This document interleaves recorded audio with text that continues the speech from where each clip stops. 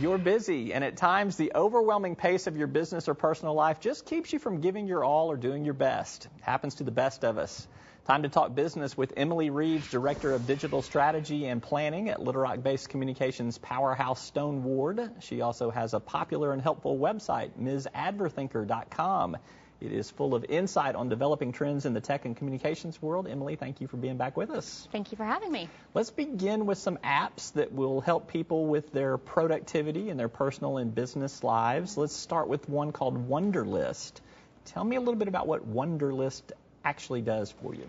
All right, so Wunderlist is actually a to-do list app, but the great thing about it is that you can have it on your iPhone, you can have it on your desktop, on a website, or your iPad, and it syncs all across those devices. You can create lists for your personal life, you can create lists for your specific projects at work, and share those with people that you work with, share them with people in your lives so that they can see what you're working on and what your progress has been. It's just a great way to keep up with everything that's going on and that you have to do. Yeah, and now Evernote is another very popular kind of to-do list app as well. Tell me, what are the differences? Well, first of all, tell me what Evernote kind of does. Okay, so Evernote is like a notebook that you carry around that also syncs across all of your devices, just like Wunderlist.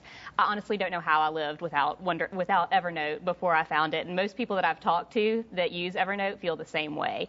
It's a file system, so you can organize all of your notes by different categories. You can append photos, you can record voice memos, you can type in it, you can handwrite in it, and it all just syncs right up, so you always have what you need. It's like your little memory box that you can carry around with you at all times. So give me some examples of how you use Evernote just in coordinating your job and keeping up with what you've got going on personally. Sure. I mean, it's everything from the paint colors for my house so that I always have those should I need to pick up some extra paint, to the medicine my dogs use from my personal life. In work, it's about clients, and I've got it organized by the different clients that I have and projects that we're working on so that I can keep notes. If I think of something here and there, I can just add it into that file no matter where I am. If I'm standing in line at the grocery store, I can fire up the app on my phone, plug in my notes so I don't forget them, and they're right there with everything else that I need. I don't have to keep up with a little piece of paper or the back of the business card where I wrote it before. It's all right there together next time I need it. And then from when I'm in meetings and taking notes, you can type directly into the app while you're recording the audio from the meeting, and it's all synced up together, so you can pull it up and find the information that you need. So you're saying that my father's old Post-it note kind of system, this takes it by the wayside? Yes, it does. Yeah. It definitely does. When one of those Post-it notes loses its sticky and flies off, you're never going to get it again. But let's talk about another app that you and I have talked about. It's called Reader. I keep up with a lot of news sources. I have to read a whole lot. I have to keep up with things happen at the national level, at the local level, at the state level. I also want to keep up with my family and my friends and my business acquaintances on what's going on. How does Reader help me integrate all of that? So Reader is an app that pulls in your RSS feed from Google Reader. Google Reader is a popular RSS aggregator. All the sites that you want to follow, you can file away in there and organize them by topic. Well, Google Reader is an app that pulls all of those in and, again, is accessible across all of those different devices. So if you've read it on your iPhone, it shows as read on your iPad or on your desktop or, when you open it up in the browser.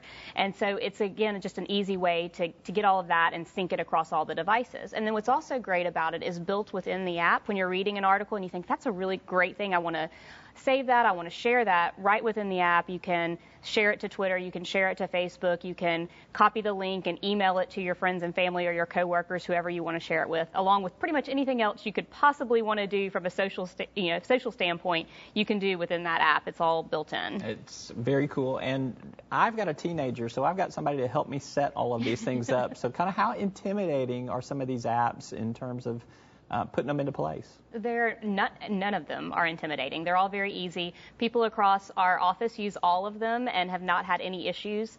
If you can set up your RSS feed, you can set up Google Reader. It's, you open it and do a username and login, and it automatically pulls all the information in for you. Same thing with Evernote. You download the app and set up an account, and then you can just start creating. Same thing with Wunderlist. They're very, very easy to use. I have a tech question, advertising question for you that takes us to a little bit of a different topic, but there's been some controversy lately about Facebook and click-through ads and how people aren't using them as much. Now that the company's gone public, there's a lot more scrutiny of its revenue streams and things like that. It's something we hear commonly in the advertising world, which is where a lot of our revenue is based off of.